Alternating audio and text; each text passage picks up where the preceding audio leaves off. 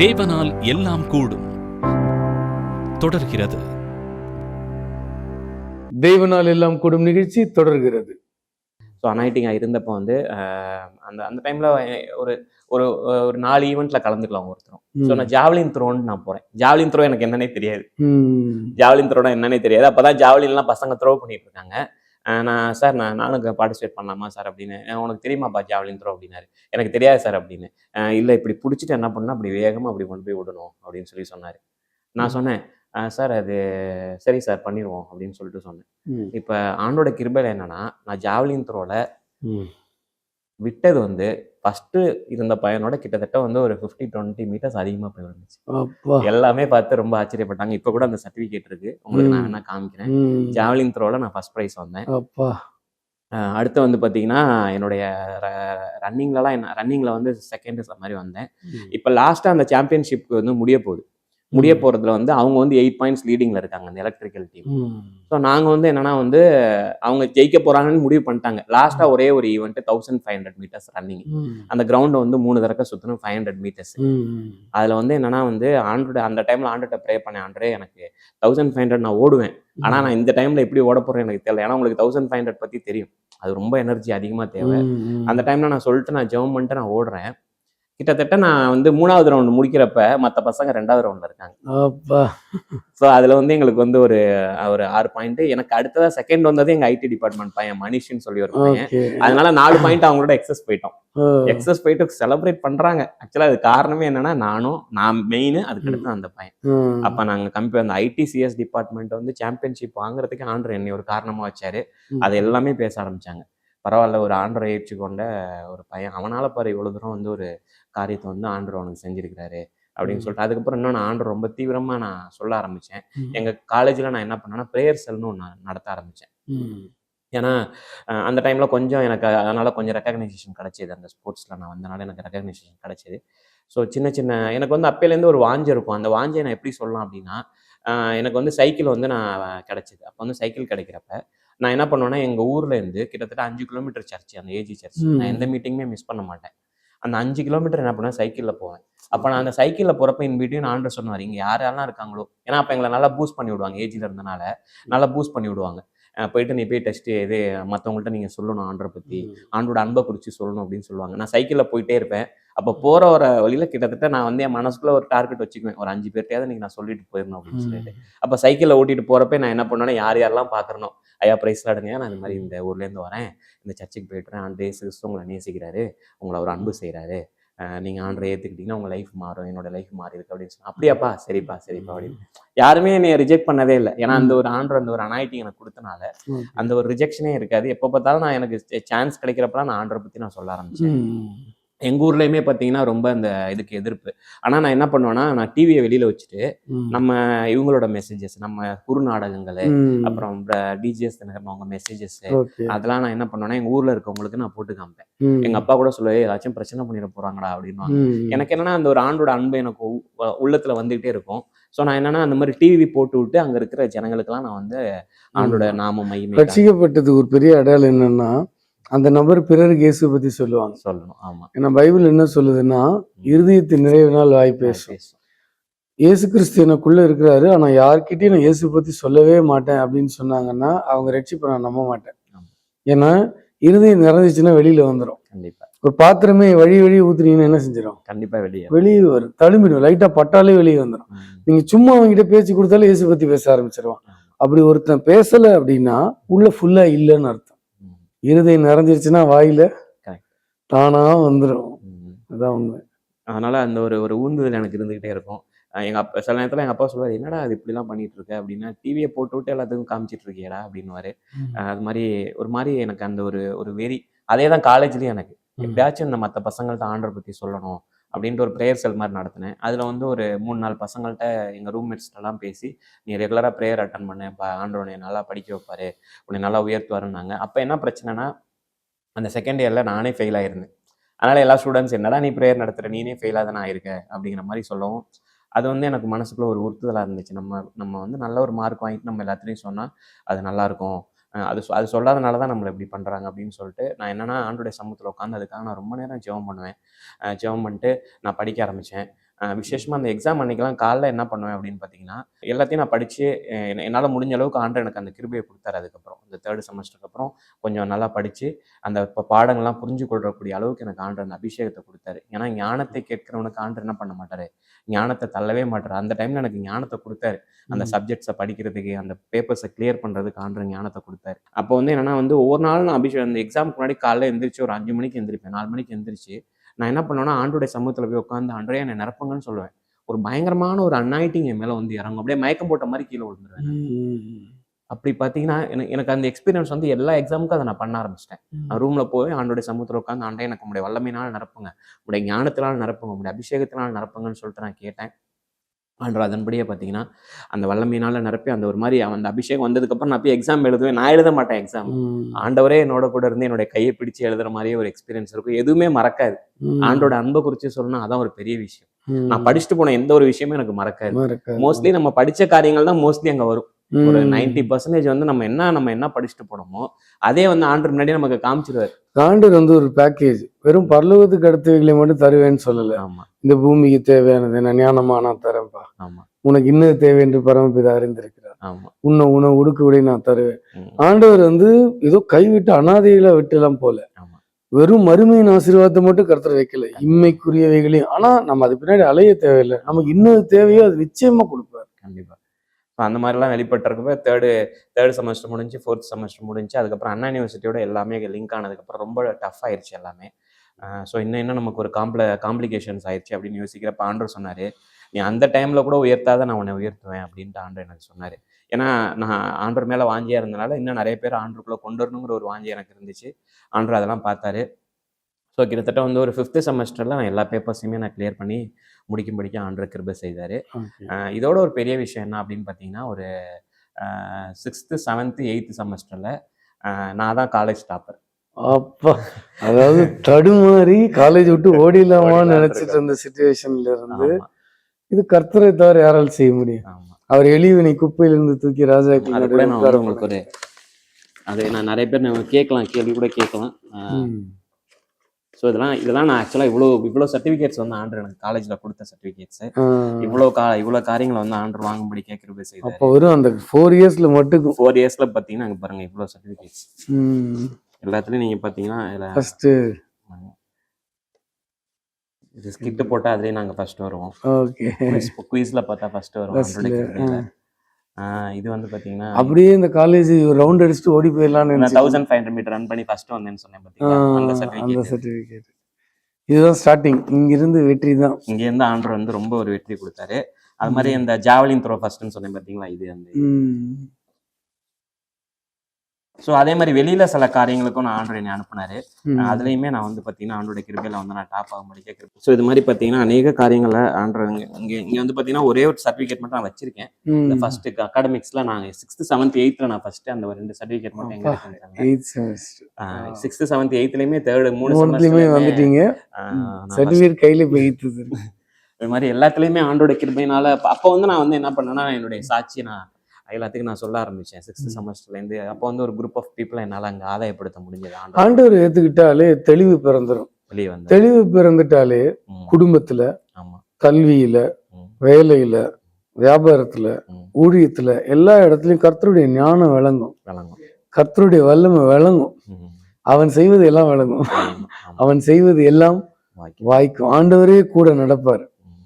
ஏன்னா அது கர்த்தருடைய கரம் இருக்கிறது உலகத்தான் பார்ப்போம், மற்றவர்கள் பார்ப்பாங்க. அதுதான் உங்களுடைய வாழ்க்கையில் நடந்தது. ஆமா, ரொம்ப எல்லாமே இன்ஸ்பயர் ஆவாங்க. பரவாயில்ல, இந்த அளவுக்கு ஒரு கடவுளை ஏற்றுக்கிட்டு நம்மளால அங்கே ஒரு சாட்சியாக நிற்க முடிஞ்சது அப்படின்ட்டு எனக்கு. ஏன்னா அதுக்காக நான் ரொம்ப பிரயாசப்பட்டிருக்கேன்னு கூட சொல்லலாம். சொல்லப்போனால் அந்த அபிஷேகம் நம்ம மேலே வரணும், ஆண்டரை வந்து நம்ம பரிசுத்தத்தை காத்துக்கொள்ளணும். அந்த பரிசுத்தத்தை காத்துக்கொள்றதுக்காக ரொம்ப பிரயாசப்படுறேன்.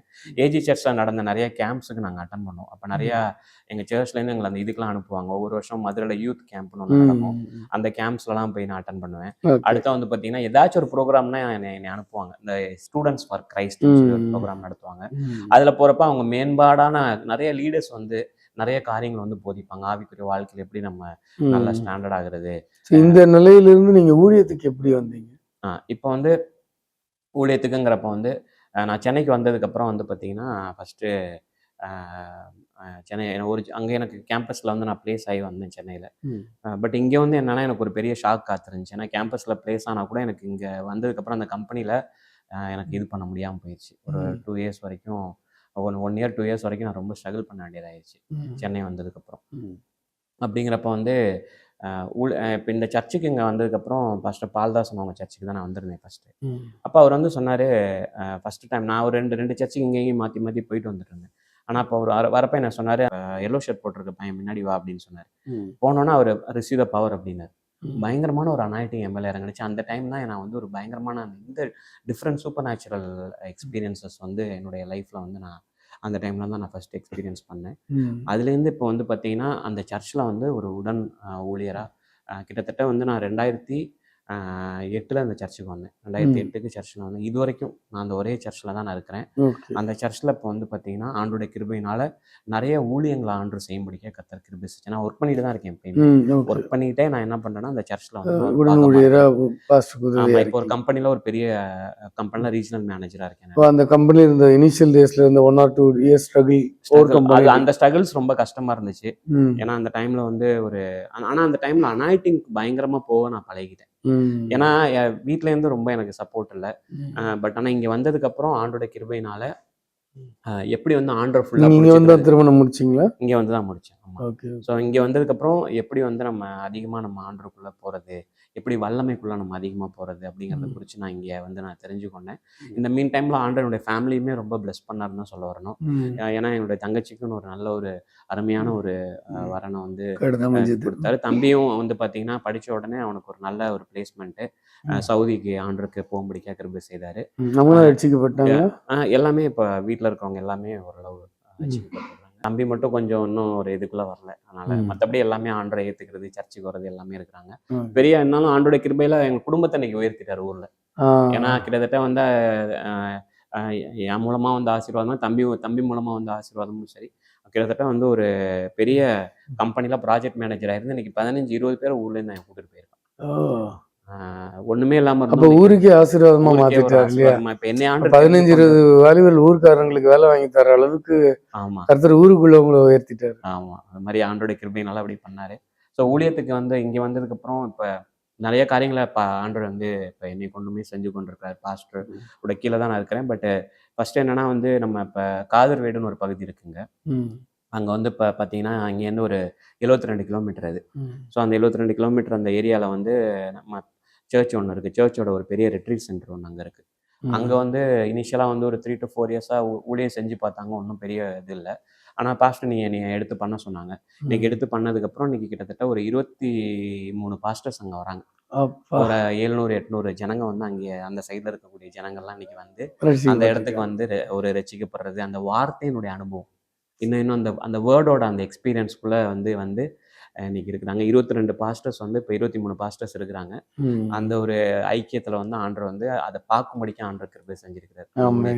அந்த எல்லா பாஸ்டர்ஸ்க்கும் ஒரு சப்போர்ட்டிவாக இருந்து அவங்களோட கூட இன்ட்ராக்ட் பண்ணி அவங்கள எம்பவர் பண்ணுறது, அந்த வேர்ட் ஆஃப் காட் எக்ஸ்பீரியன்ஸ்குள்ளே அவங்கள கொண்டு போகிறதுன்னு சொல்லிட்டு ஆண்டர் கிருபை செஞ்சிருக்காரு. இன்னொரு மெயினான விஷயம், இந்த சர்ச்சை வந்ததுக்கப்புறம் நான் என்னோட வாழ்க்கையில் நடந்த வந்து ஒரு அல்சர் பிரச்சனை இருந்துச்சு எனக்கு. கிட்டத்தட்ட வந்து ஒரு 10th படிக்கிறப்ப எனக்கு ஒரு அல்சர் ப்ராப்ளம் இருந்துச்சு. அதனால என்னன்னா வந்து நான் ரொம்ப மெலிஞ்சு போயிருப்பேன். அது வாலிபர்களுக்கு இது ரொம்ப பிரயோஜனமா இருக்கும். ரொம்ப மெலிஞ்சு போயிருந்தேன்.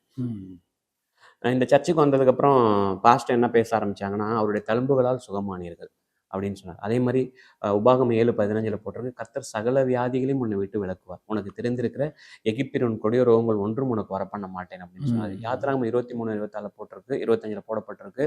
அவரு தான் நம்முடைய பரிகாரியான கர்த்தர்.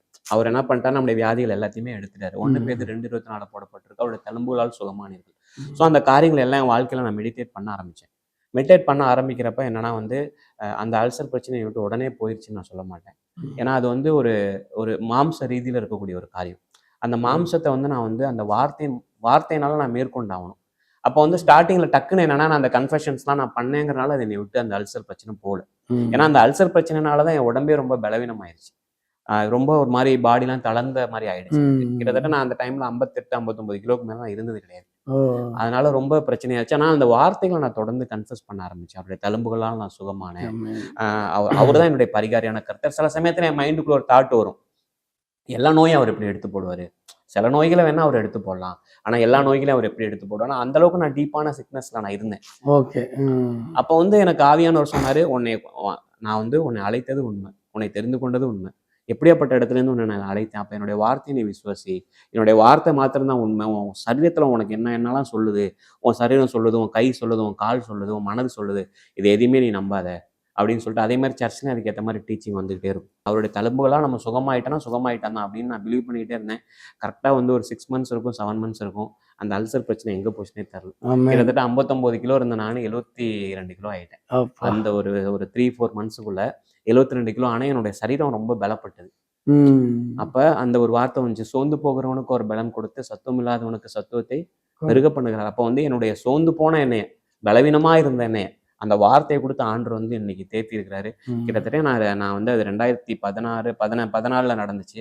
அதுக்கப்புறம் இந்த 11 வருஷம் ஒரு சிக்னஸ் கூட எனக்கு வந்தது கிடையாது. ஏன்னா அந்த வார்த்தையினோட வல்லமை தான், அந்த வார்த்தையோட வல்லமை இப்பயுமே ஆண்டவர் என்னை பலப்படுத்திட்டே இருக்காரு. அந்த வார்த்தையை கொடுத்து ஆண்டவர் என்னை பலப்படுத்திட்டே இருக்கிறாரு.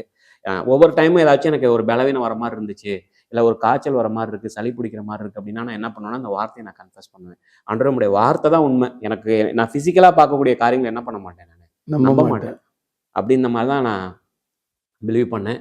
அந்த மாதிரி ஆண்டவர் என்னுடைய வாழ்க்கையில் செஞ்சார். திருமண காரியத்தில் என்னோட வாழ்க்கையில் ஆண்டவர் பெரிய அற்புதம் செஞ்சார். ஏன்னா நான் வந்து ஒரு கிட்டத்தட்ட ஒரு 4-5 வருஷம் எனக்கு ஒரு நல்ல பொண்ணே கிடைக்கல. ஏன்னா ஃபேமிலி பேக்ரவுண்டு வேறு அந்த மாதிரி இருந்துச்சு. அப்படிங்கிறனால ஊர்லேயுமே நிறைய பொண்ணுங்க சொன்னால் கூட எல்லாமே ரோமன் கேத்தலிக் பேக்ரவுண்ட்லேருந்து தான் சொன்னாங்க. மற்றபடி நிறைய இடங்களில் பார்க்குறப்ப வந்து இது மாதிரிலாம் பிரச்சனைகள் இருக்குது அப்படின்ட்டு நிறைய பேர் பொண்ணு கொடுக்க முடியாதுங்கிற சூழ்நிலை வந்துச்சு. நான் சர்ச்சில் ஆண்டோட ப்ரே பண்ணிட்டு இருந்தேன், ஆண்டவருடைய ஊழியத்தில் நான் இருக்கிறேன், நீங்கள் எனக்கு கண்டிப்பாக எனக்கு ஒரு நல்ல வரனை நீங்கள் அமைச்சு கொடுப்பீங்க அப்படிங்கிறப்ப கிட்டத்தட்ட என்னோட 29வது வயதில் எங்கள் சர்ச்சு பிலீவர் ஒருத்தர் சொன்னார், ஒரு மாதிரி ப்ரேயர் பண்ணுற ஒரு ஃபேமிலி ஒருத்தவங்க இருக்கிறாங்க, அந்த வீட்டில் ஒரு பொண்ணு வந்து நீங்கள் பாருங்கள் அப்படின்னாங்க. அவங்களும் அதுக்கு ஏற்ற மாதிரி ப்ரேயர் பண்ணிட்டு இருந்தாங்க. ஆண்டோட கிருபையினால் அந்த காரியத்தை வந்து ஆண்டவர் வாய்க்கப்படும்படிக்காக செய்தார். என்னுடைய கையில் வந்து திருமண டைம்லலாம் அமௌண்ட் எதுவுமே சுத்தமாக கிடையாது. ஆண்டவர் தான் அந்த திருமணத்தை ஆண்டோட கிருபையில் நடத்தி வச்சார். பெரிய ஒரு ஆசீர்வாதம் கூட சொல்லலாம். இப்போ 2 பிள்ளைங்க ஆண்டவர் கொடுத்துருக்குறாரு. ஆனால் நடுவில் என்ன சொன்னாங்கன்னா, அந்த உடம்புல பலவீனமாக இருந்தனால பிள்ளைங்க பிறக்குமா அப்படிங்கிற மாதிரிலாம் எனக்கு சொன்னாங்க. அந்த மாதிரி ஒரு சூழ்நிலை இருந்துச்சு.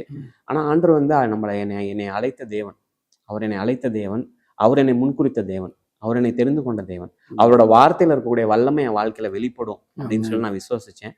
அது மாதிரி பார்த்தீங்கன்னா ஃபர்ஸ்ட் மந்த்து கல்யாணம், ஃபர்ஸ்ட் மந்த்து 2nd monthலே அவங்க கன்சீவ் ஆகிட்டாங்க. அந்த பிள்ளைங்களும் ஆண்டோட கிருபையினால ஆனால் என்னுடைய பையன் பிறந்தப்போ ஒரு சின்ன ஒரு சேலஞ்ச் இருந்துச்சு. அவன் பிறந்தப்ப என்னன்னா வந்து பிளட் வாமிட் மாதிரி எடுத்துட்டான்.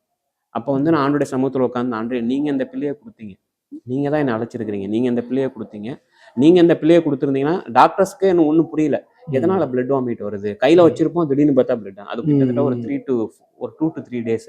உடம்புல இருக்க சின்ன குழந்தைங்க உடம்புல எவ்வளோ பிளட் இருக்குன்னு தெரியும், ரொம்ப கம்மியான பிளட்.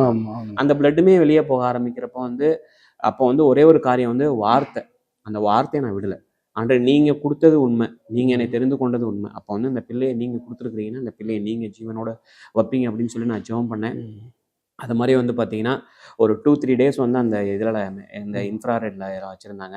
அப்புறம் வந்து பார்த்தீங்கன்னா அந்த பிள்ளை வந்து அப்படியே பலன் கொண்டுச்சு. நாங்கள் போகிறப்ப டாக்டர் சொன்ன வார்த்தை தான், இந்த பிள்ளை பிழைக்குமாங்கிறதே எனக்கு என்னால் சொல்ல முடியல. ஏன்னா நான் சொன்னேன் உங்கள்கிட்ட அந்த டைம் சொல்லியிருந்தா நீங்கள் உண்மையாகவே வந்து நீங்கள் ஒரு மாரி நம்பிக்கை இழந்து போயிருப்பீங்க. நான் எதுவுமே சொல்லலை. பட் இந்த பிள்ளை வந்து இன்னைக்கு பிழைச்சிருக்கு அப்படின்னா அது கண்டிப்பாக ஏதோ சம் ரீசன் இருக்குது அப்படின்னு சொல்லிட்டு போனார். ஏன்னா அந்த நாட்களில் நாங்கள் நின்று நான் நல்லா அவனுடைய சமூகத்தில் உட்காந்து அவனுடைய கிருபையினால் நான் ஜெபம் பண்ணிட்டு கொண்டிருந்தேன். இப்போ இன்னும் என்னுடைய ஜாப்லையுமே ஆண்டவர் இன்னைக்கு நான் ரீஜனல் மேனேஜராக இருக்கேன். அந்த ஒரு சாட்சி நான் கண்டிப்பாக சொல்லி ஆகணும்.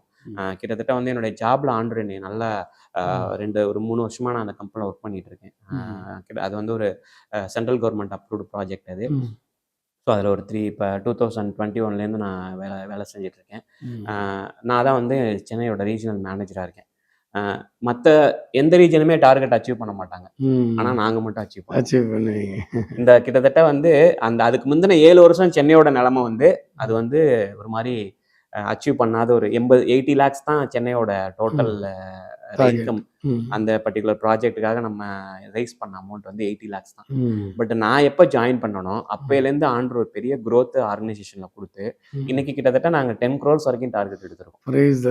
ஆண்டரோட கிருபையினால 10 crores வரைக்கும் எடுத்து அதையும் கிட்டத்தட்ட இப்போவே நீங்கள் இன்னும் ஒரு 1 month இருக்கிறப்ப 8 crores வந்துருச்சு. இன்னும் ஒரு 2 crores நாங்கள் ஒர்க் பண்ணிட்டு இருக்கோம். ஆண்டோட கிருபையினால எனக்கு என்ன ஒரு ஆச்சரியம்னா, நம்ம ஆண்டோட அழைப்புக்குள்ள இருக்கிறப்ப, ஆண்டோட வல்லமைக்குள்ள இருக்கிறப்ப கண்டிப்பா ஆண்டவர் வந்து அந்த சயின்ஸை காமிக்கிறாரு. என்னுடைய ஜாப்ல நான் நல்லா பார்க்க முடியுது. மற்ற இருக்கிறவங்களாம் எங்களோட ஸ்ட்ராட்டஜிக்கலா ரொம்ப அதிகமா இருக்கிறாங்க.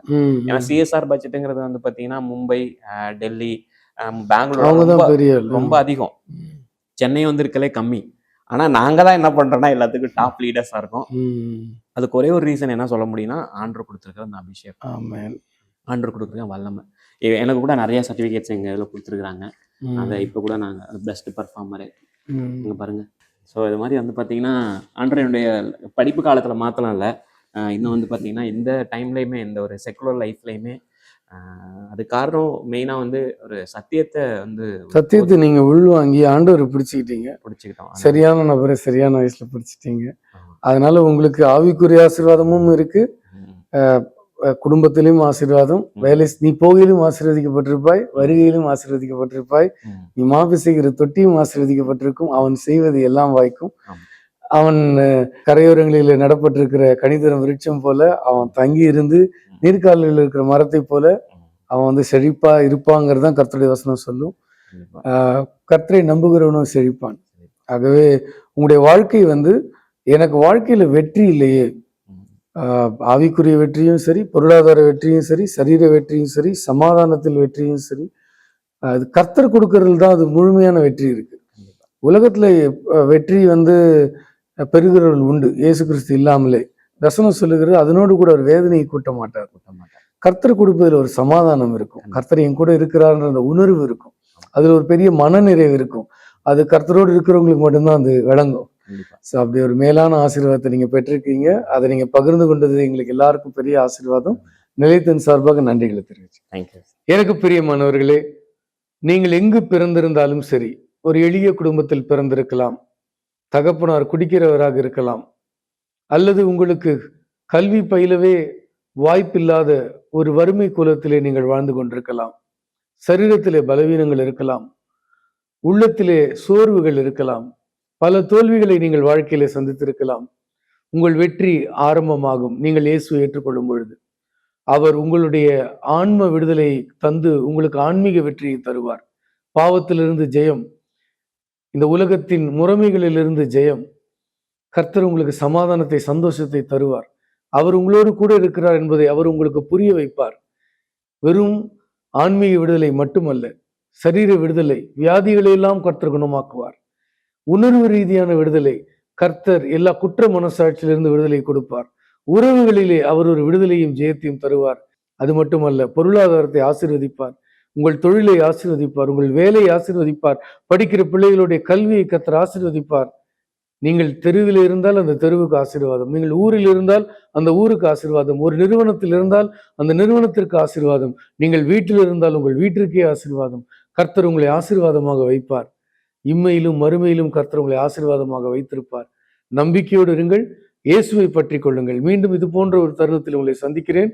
அதுவரை உங்களிடமிருந்து விடைபெறுபவர் ராஜா.